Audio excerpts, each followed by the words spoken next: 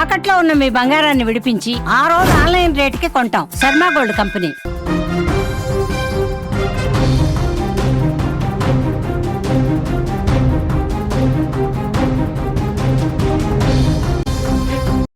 మరో breaking news చూస్తున్నాం. మెదక్ జిల్లాలో దారుణం చోటు చేసుకుంది. తనతో పెళ్లి చేయకపోతే యువతి ఫోటోలు, నగ్న ఫోటోలు బయట పెడతానంటూ కూడా సాబిల్ బ్లాక్మెయిల్ చేసినట్లుగా మనకి తెలుస్తోంది.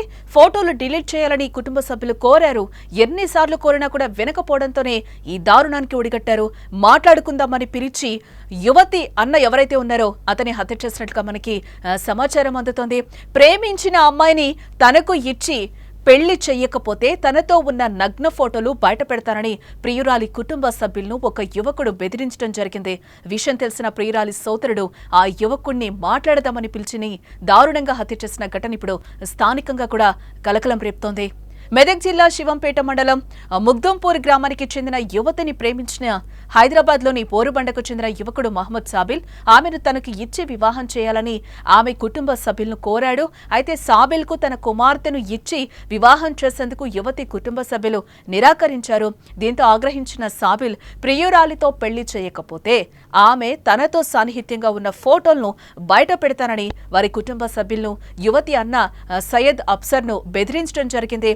దీంతో పరువు పోతుందని భావించిన యువతి కుటుంబ సభ్యులు ఫోటోలు డిలీట్ చేయాలని సాబిల్ను ఎన్నిసార్లు కోరినా కూడా అతను వినిపించుకోలేదని కూడా చెప్తున్నారు. దీంతో సాబిల్ను అడ్డు తొలగించుకోవాలని కూడా యువతి అన్న అఫ్సర్ తన స్నేహితుడు సంతోష్తో కలిసి ప్లాన్ చేసినట్లుగా కూడా మనకి తెలుస్తోంది. అనుకున్నట్లుగానే మాట్లాడుకుందామని సాబిల్ను పిలిపించారు. వారు చెప్పిన చోటకు వచ్చాక అఫ్సర్ అతని స్నేహితులు కలిసి సాబిల్ను కారులో ఎక్కించుకుని ముగ్దంపూర్ గ్రామ శివార్లోకి తీసుకెళ్లారు. అక్కడ సాబిల్తో వాగ్వాదానికి దిగారు. తీవ్ర వాగ్వాదం అనంతరం సాబిల్ తలపై బండరాయితో కొట్టి చంపేసి మృతదేహాన్ని అక్కడే పడేసి పారిపోయారు. నిర్మానుష్య ప్రదేశంలో సాబిల్ మృతదేహాన్ని గమనించిన స్థానికులు వెంటనే పోలీసులకు సమాచారం ఇచ్చారు. స్థానికుల సమాచారంతో ఘటనా స్థలానికి చేరుకున్న పోలీసులు ఆ మృతదేహాన్ని స్వాధీనం చేసుకుని పోస్టుమార్టం కోసం హాస్పిటల్కు తరలించారు. ఘటనపై కేసు నమోదు చేసి దర్యాప్తు చేపట్టినట్లుగా పోలీసులు ఈ హత్యకు పాల్పడిన నిందితుడు అఫ్సర్, సంతోష్లను అదుపులోకి తీసుకున్నట్లుగా కూడా మనకి సమాచారం అందుతోంది.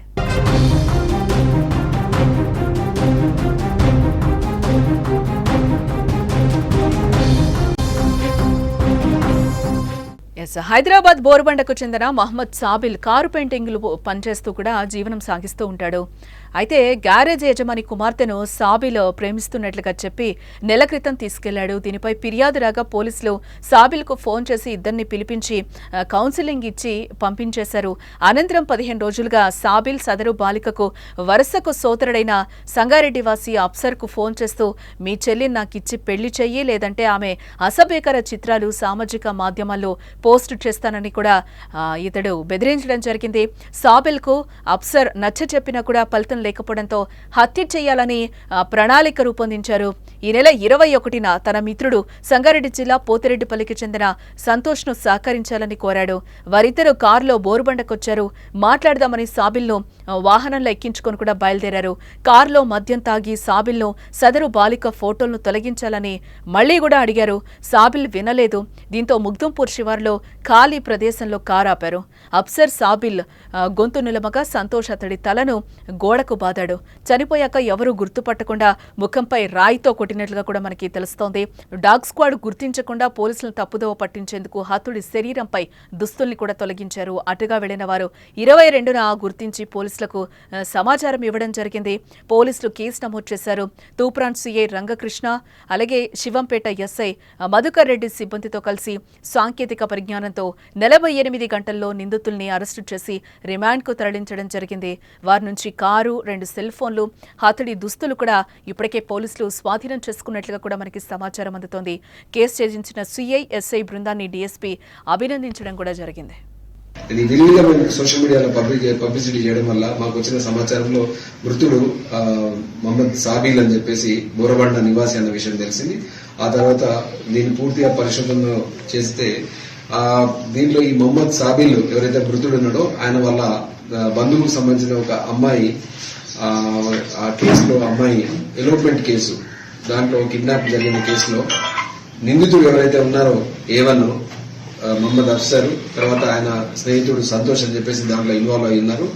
సో వారు తర్వాత ఆ అమ్మాయి ఎలోప్మెంట్ అయిన తర్వాత అది అల్లాపూర్ పోలీస్ స్టేషన్ పరిధిలో ఉన్న కేసు. ఆ కేసులో భాగంగా ఆ తర్వాత వాళ్ళు మళ్ళీ వచ్చిన తర్వాత పోలీసులు కౌన్సిలింగ్ చేసి వాళ్ళని పంపించడం జరిగింది.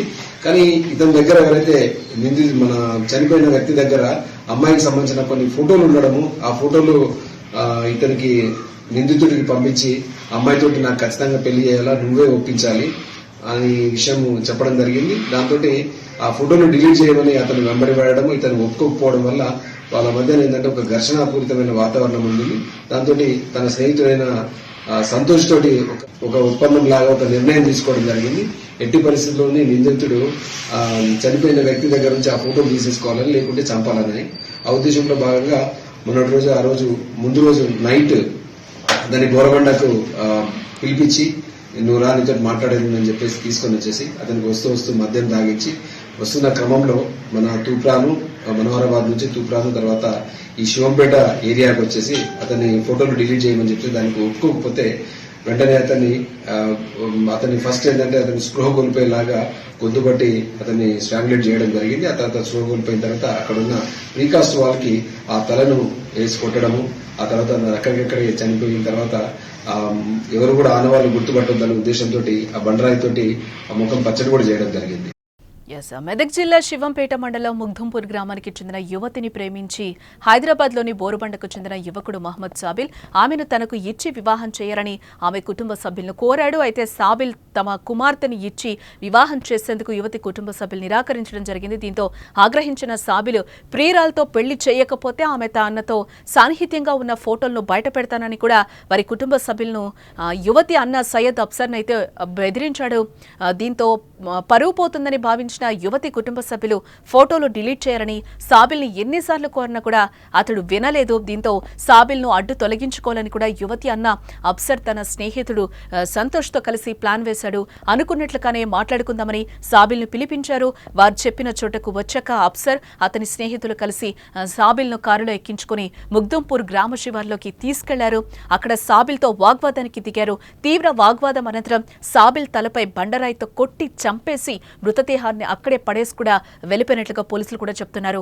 నిర్మానుష్య ప్రదేశంలో సాబిల్ మృతదేహాన్ని గమనించిన స్థానికులు వెంటనే పోలీసులకు సమాచారం ఇవ్వడం జరిగింది. స్థానికుల సమాచారంతో ఘటనా స్థలానికి చేరుకున్న పోలీసులు ఆ మృతదేహాన్ని స్వాధీనం చేసుకుని పోస్ట్ మార్టం కోసం హాస్పిటల్కు తరలించారు. ఘటనపై కేసు నమోదు చేసి దర్యాప్తు చేపట్టిన పోలీసులు ఈ హత్యకు పాల్పడిన నిందితుడు అఫ్సర్ సంతోష్లనైతే ఇప్పటికే అదుపులోకి తీసుకున్నామని కూడా చెప్తున్నారు.